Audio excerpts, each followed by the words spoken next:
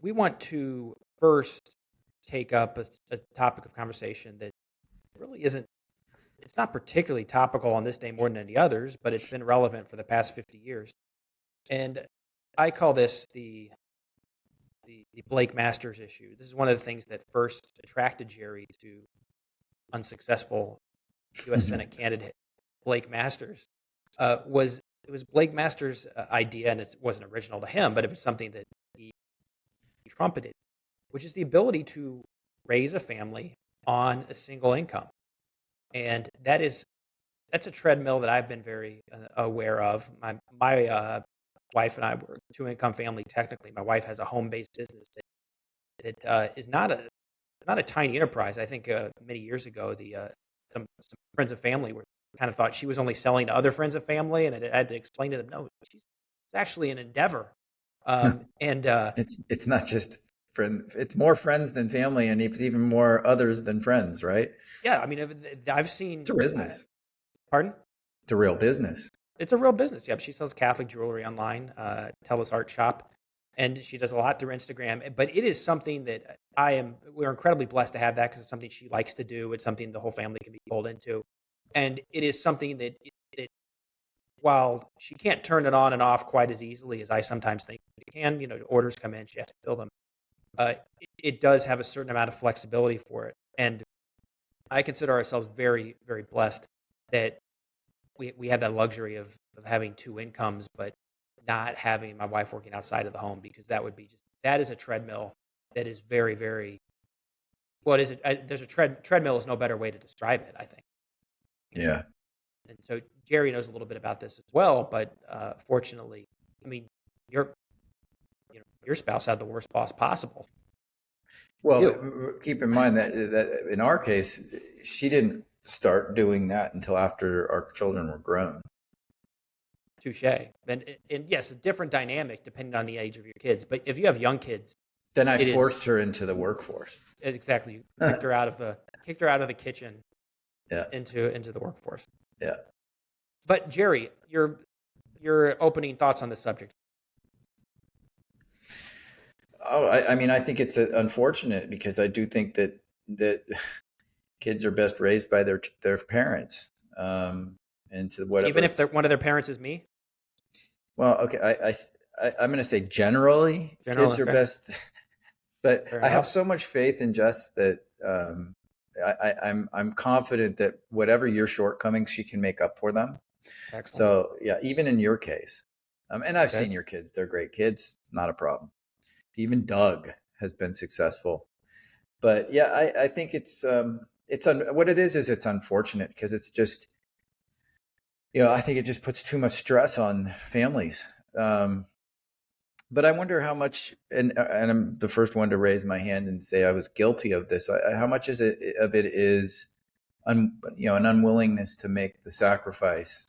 And it's easy for us to sit here and say that, especially now that we're past all of that part of our life anyway. You're not, we are. But how much societal pressures to, the proverbial keep up with the Joneses kind of stuff has driven people into a mode where they think that's what they have to do. That said, there's no doubt that there's places in the country that, and we came from them in California where the amount of money that you need to make in order to just be able to own a home and function is as I want to say subsistence, but maybe at least a little bit better than subsistence is stark. I mean, it's massive and frightening for a lot of people. So I just think that I believe we can sum all of this stuff up with this all ties into the extent to which government has interjected themselves into the lives of the citizenry. And why do I connect those two dots? Because, in recent, not even in recent decades, over many decades now, it seems that every time, that certainly every time there's a crisis, the government is interjecting and creating, circumstances that then end up with the law of unintended consequences.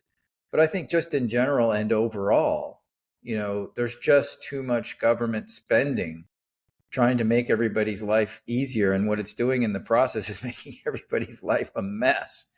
And making, and just making it more difficult. And that gets to, the level of government spending. We had some pushback on some commentary that we made with respect to, hey, things aren't that bad.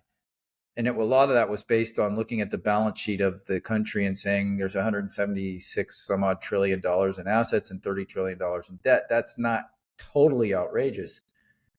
But the problem is that debt has been growing incessantly. And that's where the problem comes in. Because, look, it's a pretty simple thing. Does anybody think that the government can spend money more efficiently than they can? Or the broader public that's spending their own money, making their own decisions on how the money is spent? Do you think they make better decisions about their own finances than government? I don't think you're going to find too many people that would argue, oh no, the government is extremely efficient at how they spend money. So that in and of itself tells you that we're gaining these great inefficiencies when most of the government's, when such a massive amount of the debt is just purely being created by government spending. One of the things, we keep hearing about how, strong the job market is. This is one of the most bizarre job markets, we've seen, because first of all, much of the growth in jobs has been from government jobs. Who out there really honestly can look, me or you in the eyes or anybody in the eyes and say, but government jobs are really efficient and really, they people that are working for the government are super hard workers. I'm not trying to take anything away from those. There's certainly public servants out there that are, but let's all be honest that the proverbial government job is not the kind of efficient system that, someone that's running their own business or having to make their way in the private sector in a competitive way.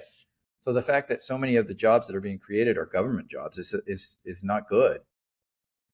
And then you have this odd, I don't remember, maybe you can tell me if we talked about this already, but this odd circumstance where, something like 82% workforce participation, which is, and I'm going to get the ages wrong. We've talked about that. We've talked about that. That whole thing about, that's the same level of workforce participation as in the Depression, but we only have supposedly 3-something% unemployment. Well, it's because there's 15 or 16% of the working age population that's disappeared from the workforce because they're not participating. They took their ball and went home. That's a problem. So how does this all relate to two-income families and how that relates to inflation? Let's put it this way: they're all related in that one causes the other, which then reverberates back and exacerbates the other. And I think we have a lot of that going on right now.